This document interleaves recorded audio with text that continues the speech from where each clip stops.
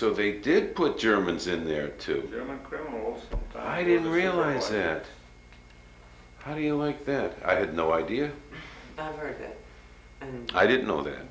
were you aware of any of the medical, they call it medical testing? I was not involved in that. Really, there was no such thing as a camp newsletter. No. So Not much. you heard things if somebody told you that they work in that area, but at that time it's just like a machine, a robot. You move along, get up in the morning, go do the work, eat, drink whatever they give you, and go in for another night. Well, how did your faith, your personal philosophy enable you to sort of deal with the fact that you knew that there were atrocities going on? You just sort of took it day by day, minute by minute, I guess. Well, it's something that was beyond anybody's control. Yeah. It was just survival. Yeah. You dodge the bullet here, you dodge the bullet there, and go on to the next step, and hopefully the rumors were flying that they bombed this area, they bombed that area, and maybe we're getting close to the end of the war. Yeah, yeah. And, that was the hope.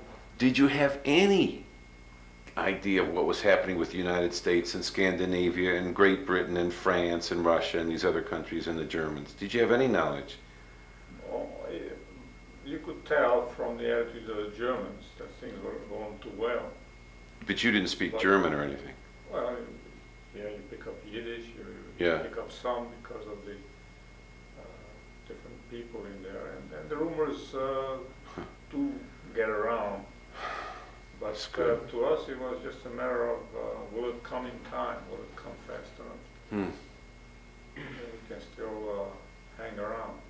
You hung on. It was spring. It was almost summer. And how much longer could you have put up with it yourself? Well, because of the illness at the end, I think probably not more than maybe another month. So you were sick in the camp, and there was epidemics. Because the lice-infested situation where bacteria. people die, there's no hospitalization. They didn't treat you. You segregated, you put you someplace, at the end of a barrack, and you survived or you didn't survive. You had a fever and stuff like that? Oof. And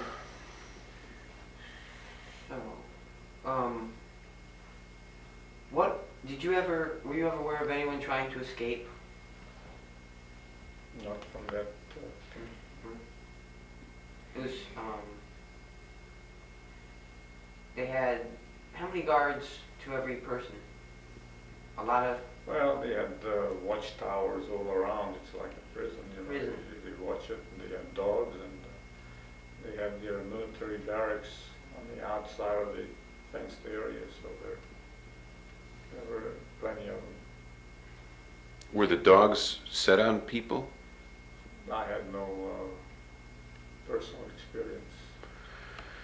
Well, Elmer, this is really appreciated that you would talk about such a sensitive thing. I think myself, I do the best I can to keep people from forgetting such a horrible chapter in humanity, in the history of humanity, the history of Western civilization. It's so unconscionable, and I'm so filled with rage. I still harbor something about Germany myself. Do you still blame it on the Germans and you?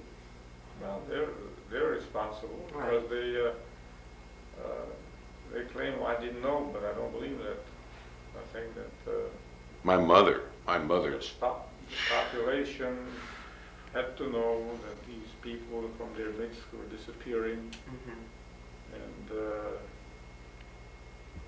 they had to go someplace. There's a time when you can acquiesce, then there's a time when you should stand up and be counted. And you should never countenance